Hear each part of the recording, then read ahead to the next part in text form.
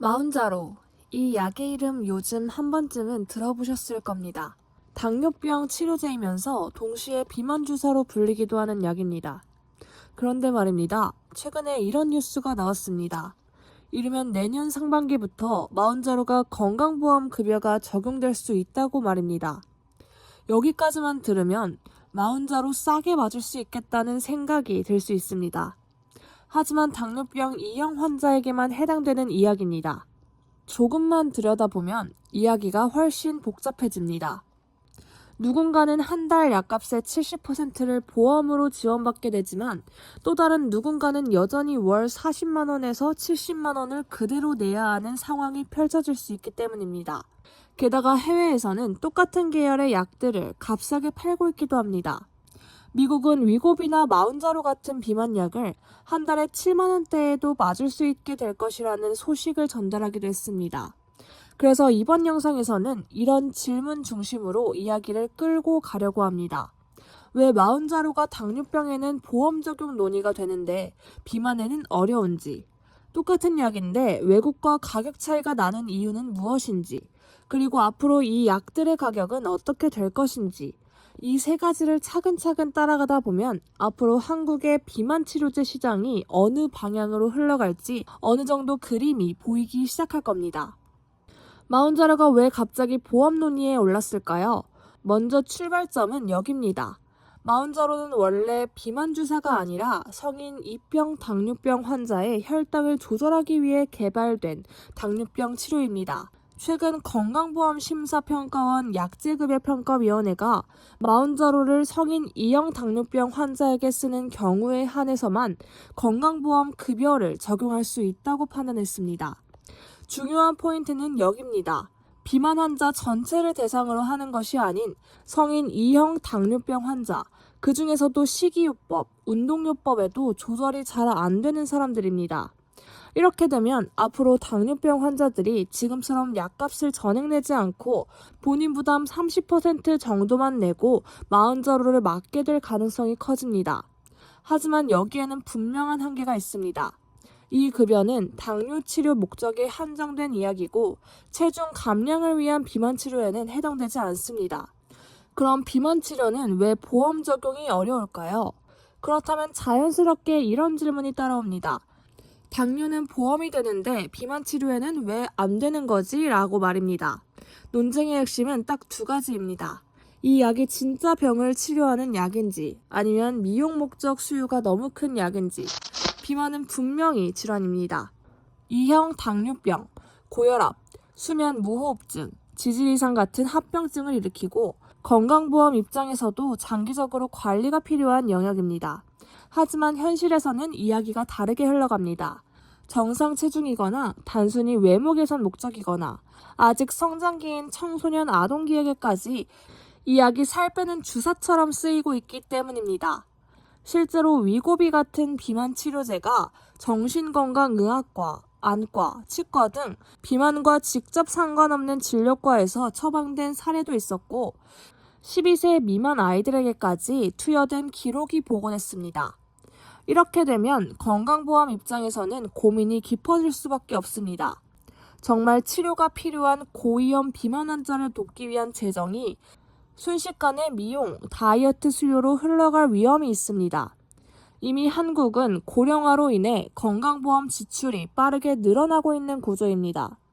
여기에 고가의 비만약까지 무제한으로 급여화한다는 것은 재정적으로도 정치적으로도 부담이 매우 큰 선택입니다. 그래서 전 세계 대부분 국가에서 당뇨병 치료에는 보험을 열어주지만 비만 치료에는 매우 제한적으로만 접근하거나 아예 보험 적용을 하지 않는 경우가 많습니다. 그런데 최근 미국은 위고비나 마운자로 가격이 7만 원대까지 떨어졌습니다. 겉으로 보기에는 한국 소비자가 손해를 보고 있는 것처럼 느껴질 수 있습니다. 하지만 구조를 뜯어보면 조금 다릅니다. 미국은 제약사가 약값을 거의 자유롭게 정하는데요. 그리고 그 가격을 민간보험사, 처방약 관리업체, 정부 프로그램이 어느 정도까지 보장할지 협상하는 시스템입니다. 그래서 기본적으로 미국은 전 세계에서 약값이 가장 비싼 나라 중 하나였습니다. 이번에 위고비와 젯바운드, 즉 마운자로의 가격이 크게 내려간 건 순순한 시장 논리보다 정치적인 압박에 가깝습니다. 트럼프 행정부가 약값을 내리지 않으면 관세를 때리겠다고 압박했고, 제약사들이 3년간 관세를 부과받는 대신 가격을 대폭 인하하는 쪽으로 합의했습니다. 그 결과 메디케어, 메디케이드 대상자 기준으로 보면 본인 부담금이 월 7만 원대까지 내려가게 된 것입니다. 하지만 일본은 현재 우리나라보다 40% 정도 더 값싸게 팔고 있습니다. 그래서 한국인들이 일본으로 비만약을 사러 다녀오는 경우가 허다합니다. 그렇다면 한국은 가격이 왜 안 내려갈까요? 한국은 구조가 정반대입니다. 정부가 약가를 엄격하게 통과하고 건강보험 등재 과정에서 이미 미국보다 훨씬 낮은 가격을 전제로 들어옵니다. 예를 들어 미국에서 150만 원 하던 비만약이 한국에는 처음부터 40에서 50만 원 수준으로 들어오는 식입니다. 그러다 보니 미국은 지금 내려가지 한국도 내려가야 한다라는 논리가 바로 적용되기 어렵습니다. 제약사 입장에서는 이렇게 말할 수 있습니다. 미국은 원래 너무 비쌌던 걸 정상 범위로 내린 것이고 한국은 이미 낮은 가격으로 책정돼 있어서 추가 인하 여력이 크지 않다는 것입니다. 비만 치료 목적으로 가격을 내리게 만드는 가장 확실한 메커니즘은 실제로 한국에 들어온 위고비는 처음부터 미국보다 싸게 책정됐고 마운자로 역시 출시 전 공급가를 한 차례 낮춘 상태에서 시작했습니다. 그래서 한국에서 결국 보험급여뿐입니다. 하지만 앞에서 이야기했듯이 비만 치료는 미용 수요와 얽혀 있어서 정부 입장에서 쉽게 문을 열기 어려운 영역입니다. 이게 지금 우리가 처한 현실입니다. 그렇다면 여기서 질문이 또 생기는데요. 그럼 앞으로도 이 비싼 가격이 계속되는지입니다. 완전히 희망이 없는 건 아닙니다. 오히려 구조적으로 가격이 내려갈 수 있는 요소들이 하나씩 쌓이고 있는 단계입니다. 크게 세 가지의 흐름이 있습니다. 첫 번째는 시장의 규모입니다. 글로벌 비만 치료제 시장은 2030년에 1,500억 달러, 하나로 약 220조 원 규모까지 커질 것으로 보입니다. 이미 올해 전 세계에서 가장 많이 팔린 약 1위를 비만 치료제가 차지할 것이라는 전망도 나옵니다. 특히 일라이 릴리의 마운자로는 항암제의 왕이라고 불리던 키트루다를 제치고 매출 1위를 차지할 수 있다는 분석도 나옵니다. 시장이 이렇게 커지면 기업 입장에선 전략이 달라집니다. 고가 틈새 시장에 파는 느낌이 아닌 엄청나게 많은 환자를 대상으로 하는 대중시장이 되기 때문에 결국 볼륨 싸움과 가격 경쟁이 불가피해집니다. 두 번째는 신약 경쟁입니다. 지금은 위고비, 마운자로가 주목받고 있지만 이 약들이 최종 형태가 아닙니다. 이제는 본격적인 2세대, 3세대 비만약 경쟁이 시작되는 단계입니다. 대표적으로는 먹는 비만약, 즉 경구제가 있습니다. 하루 한 번씩 먹는 형태로 내년 상반기 출시가 전망됩니다. 현재 미국 FDA 승인을 대기 중인데요. 가격은 월 20만 원대 수준으로 거론되고 있습니다. 알약이 나오면 기존 주사제는 편의성과 가격 면에서 동시에 압박을 받게 되는 것이죠. 또 한 달에 한 번 맞는 주사제가 개발될 수 있습니다. 지금은 주 1회 주사지만 화이자, 암젠 등이 월 1회 주사제를 개발 중인데 편의성 경쟁이 붙으면 오래된 제형의 가격은 점점 내려갈 수 있습니다.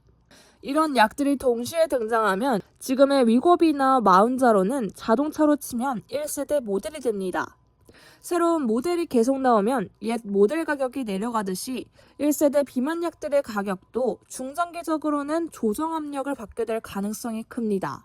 세 번째는 공급 구조 변화입니다. SK그룹의 CDMD 자회사인 SK팜테코가 국내에서 마운자로의 원료 의약품을 생산해 일라이 릴리에 공급하는 방안을 추진 중인 것으로 알려졌습니다. 세종에는 대규모 펩타이드 원료 생산 공장이 지어지고 2026년 가동을 목표로 준비 중입니다. 지금까지는 이 약을 완성형 형태로 수입해와서 한국에서 판매됐다면 앞으로는 원료 일부를 한국에서 생산하고 글로벌 공급망에 참여하는 구조로 바뀔 수 있습니다. 이렇게 되면 장기적으로는 대조원가, 공급가의 변수가 생길 수밖에 없고 그 효과가 결국 각국의 판매 가격에도 조금씩 반영될 여지가 큽니다. 당장 내년에 바로 약값이 떨어진다고 말할 순 없지만 중장기적으로 보면 한국이 단순한 수입 시장에서 생산 거점의 일부로 편입되는 과정은 가격 안정에 분명히 플러스 요인입니다. 지금 상황을 요약하면 이렇습니다. 단기적으로 당뇨병 환자를 중심으로 보험 적용이 확대될 가능성이 크고 비만 치료 자체에 대한 보험 급여는 여전히 쉽지 않습니다. 그래서 비만 목적으로 맞는 사람에게는 큰 변화가 당장 오기 어렵습니다. 중장기적으로는 글로벌 시장에서 폭발적으로 성장하고 차세대 경쟁 약물이 쏟아지고 국내 원료 생산이 참여하면서 지금 수준의 고가 구조가 점점 유지되기 어려운 방향으로 갈 가능성이 큽니다. 특히 1세대 주사형 비만약들은 앞으로 나올 먹는 비만약과 월 1회 제형과의 경쟁 속에서 가격 조정 압력을 받을 수밖에 없습니다. 그래서 앞으로 우리가 지켜봐야 할 포인트는 딱 두 가지입니다. 한국에서의 보험급여 논의가 당뇨병에서 고위험 비만 쪽으로 얼마나 어떻게 확장될지, 글로벌 제약사들이 경쟁이 치열해지는 와중에 한국 시장을 볼륨을 키워야 하는 시장으로 볼지, 아니면 지금 수준의 가격을 유지하는 틈새 시장으로 볼지, 이 두 가지에 따라 우리가 실제로 약국과 병원에서 마주하게 될 비만약 가격의 체감 수준도 달라질 것입니다. 지금까지는 마흔자로 보험 소식에서 출발해 한국과 미국의 가격 구조, 비만 치료 급여 논쟁, 그리고 앞으로의 가격 전망까지 하나의 흐름으로 정리해봤습니다. 마흔자로의 보험급여 적용, 당신의 생각은 어떠신가요? 당신의 생각을 댓글로 알려주세요.